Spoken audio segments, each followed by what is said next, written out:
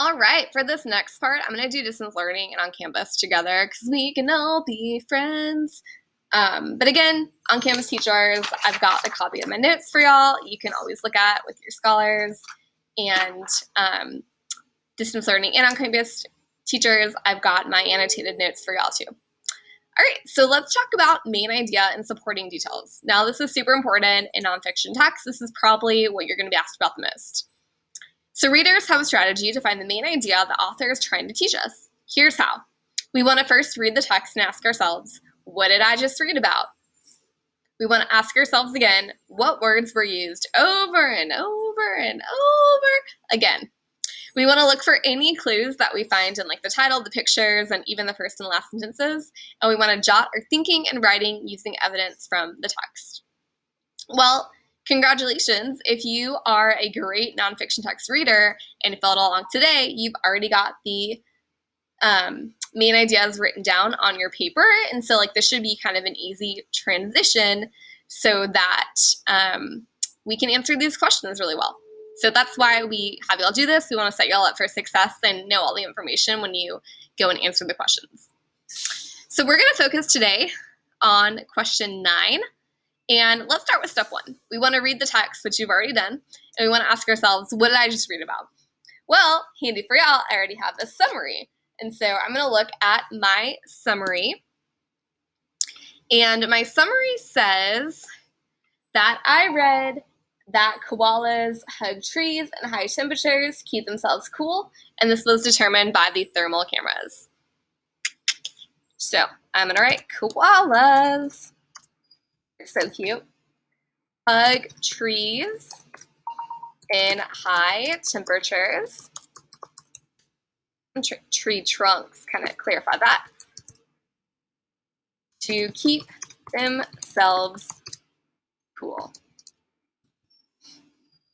Okay. All right. So I've got that. Let's look at my next step. Okay, for our next step, we ask ourselves over and over again, what words were used? Okay, so what words were used over and over again? Well, koala. We talked a lot about trees. We talked a lot about temperatures. And we talked a lot about staying cool. So I know that should probably be somewhere in my summary here. Okay, I'm going to do step 3 and 4 together because I feel like they kind of go together naturally. We want to look for any clues that we might find in the title, the picture, and even the first and last sentences. So if I'm looking, I'll just kind of step back to my document again. Okay, I've got the pictures of the koala hugging the tree to stay cool. My title, okay, there's something about the side of furry koala bears. They look so cuddly. Of course, we want to give them a hug. All right, we're talking about koala bears in the first sentence. And then in the last sentence, clearly hugging trees offers relief to koalas when temperatures rise. Awesome. So we're, on the same page that we've been taking notes on. So I want to say, it has more to do with, actually, I don't even have to write more notes because these are already the notes that I have, right? They hugged tree trunks and high temperatures to keep themselves cool. That's what we've been talking about the entire time. So I want to look at question 9. What idea is supported by information found throughout the article? Well, I've already kind of done that first step where we predict what the answer is going to be because I already gave a summary here, right? Koalas hug tree trunks and high temperatures to keep themselves cool. So now what I need to do is I need to go through the answer choices and I need to ask myself, okay, what answer choice is going to kind of prove my answer the best? All right, so let's look at this first one. Koalas can dehydrate while trying to stay cool. Well, if I am reading the question here like I should, I do see that basically they are asking me to find information throughout the article, right?